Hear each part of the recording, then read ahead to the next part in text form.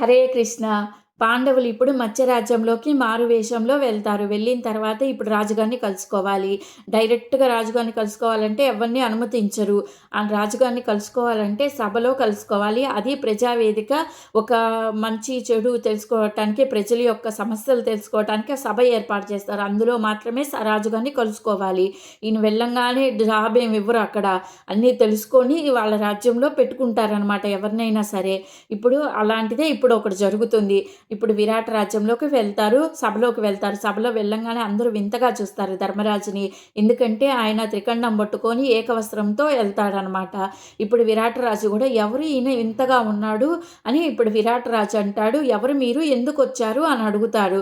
అడిగితే ఇప్పుడు ధర్మరాజు చెప్తాడు, నా పేరు కంక. నేను త్రికండ సన్యాసిని అని చెప్తాడు. ఇప్పుడు విరాట రాజు అంటాడు, సరే మీరు సన్యాసి అంటున్నారు.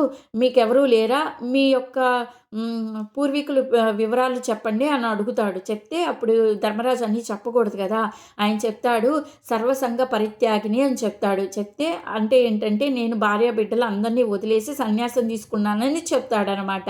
ఇప్పుడు విరాటరాజు అంటాడు, సన్యాసి అంటున్నారు, మరి మీకు మా రాజ్యంలో ఏం పని అని అడుగుతాడు. అడిగితే ఇప్పుడు ధర్మరాజు చెప్తాడు, రాజా మీ యొక్క మీరు ధర్మప్రభువు అని తెలుసుకున్నాను. మీ రాజ్యంలో గోసంతతి కూడా బాగా ఉందని తెలుసుకున్నాను. మీ రాజ్యంలో నేను ఒక్క సంవత్సరం పాటు ఉండి మీకు పురాణ ఇతిహాస గాథలు చెప్పడానికి వచ్చాను. ఉపనిషత్తు రహస్యాలు కూడా చెప్తాను. నేను మంచి చెడు చెప్తాను అని చెప్తాడనమాట. చెప్పంగానే సరేనంటాడు. మళ్ళీ విరాట రాజు అంటాడు, మీరు ఎవరు అని అడుగుతాడు. అడిగితే అప్పుడు ధర్మరాజు నేను ఆత్మస్వరూపిణి అని చెప్తాడు. చెప్పంగానే ఇంకా విరాటరాజు ఓహో ఈయన ఎవరో చాలా మంచివాళ్ళలాగా ఉన్నాడు, నాకు మంచి చెడు చెప్తానంటున్నాడు కదా పురాణాల గురించి, సరేనని చెప్తాడు. ఇప్పుడు ధర్మరాజు అంటాడు, మీకు ఇంకా బోరు కొడితే నేను అక్షయ హృదయ జూదా క్రీడను కూడా నేర్పిస్తాను అని చెప్తాడు. సరేనని అంటాడు విరాటరాజు. కానీ మిమ్మల్ని చూస్తే సన్యాసిలాగా లేరు, మీరెవరో గొప్ప రాజులాగా ఉన్నారు, మీరే మా రాజ్యాన్ని ఏలకూడదా అని చెప్తాడు విరాటరాజు.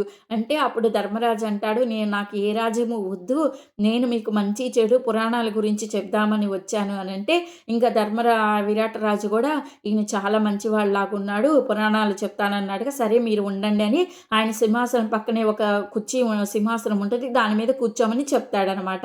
ఇప్పుడు ధర్మరాజు ఓకే జాబ్లో సెలెక్ట్ అయ్యాడు. ఇంకా భీముడు ఉన్నాడు. ఇప్పుడు ధర్మరాజుకి భీముడిదే సమస్య. ఎందుకంటే భీముడు స్ట్రైట్ ఫార్వర్డు.